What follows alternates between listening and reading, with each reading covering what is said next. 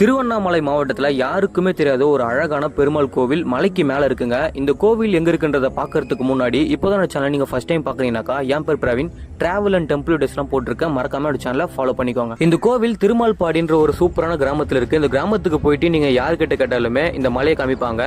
மலையோட கீழடிவாரத்தில் ஒரு பழைய மண்டபம் இருக்கும். இதை பார்க்கும்போது இது ஒரு பழங்காலத்து கோவில் நம்மளுக்கு தெரியுங்க. ஒரு 108 படிக்கட்டுகளை கடந்து நம்ம மலைக்கு மேல போகிற மாதிரி இருக்கும். இந்த 108 படிக்கட்டுகளுமே 108 திவ்ய தேசங்களை குறிப்பிடுறதாக சொல்லப்படுதுங்க. மலைக்கு மேல போயிட்டோம்னா, ஆனா இந்த கோவில் இப்போ க்ளோஸ்ல இருக்குங்க. நீங்க போறதா ஒரு 2 மாசத்துக்கு அப்புறம் போங்க. இந்த கோவிலுக்கு போயிட்டு பெருமாளை வழிபடல நினைச்சுக்காதீங்க. பிரம்மாண்டமான ராஜகோபுரத்துக்கு கீழே ஒரு பழைய மண்டபம் இருக்கும். இதுல பெருமாளை இப்ப வச்சு வணங்கிட்டு வராங்க. உள்ள போயிட்டு தெய்வத்தை வணங்கிட்டு வெளியில வந்தோம்னா ஒரு தூண்கள்லயும் பெருமாளுடைய தசாவதாரத்தையும் காமிச்சிருக்காங்க. இங்க இருக்கிற மூலவருடைய பேர் ரங்கநாதர் அழைக்கிறாங்க. கோவிலுக்கு உள்ள போனோம்னா அனுமன், ரங்கநாதர், ரங்கநாயகி இவங்க எல்லாருமே பார்த்திருக்கலாம். அதுவும் தனித்தனி சன்னதிகளோட.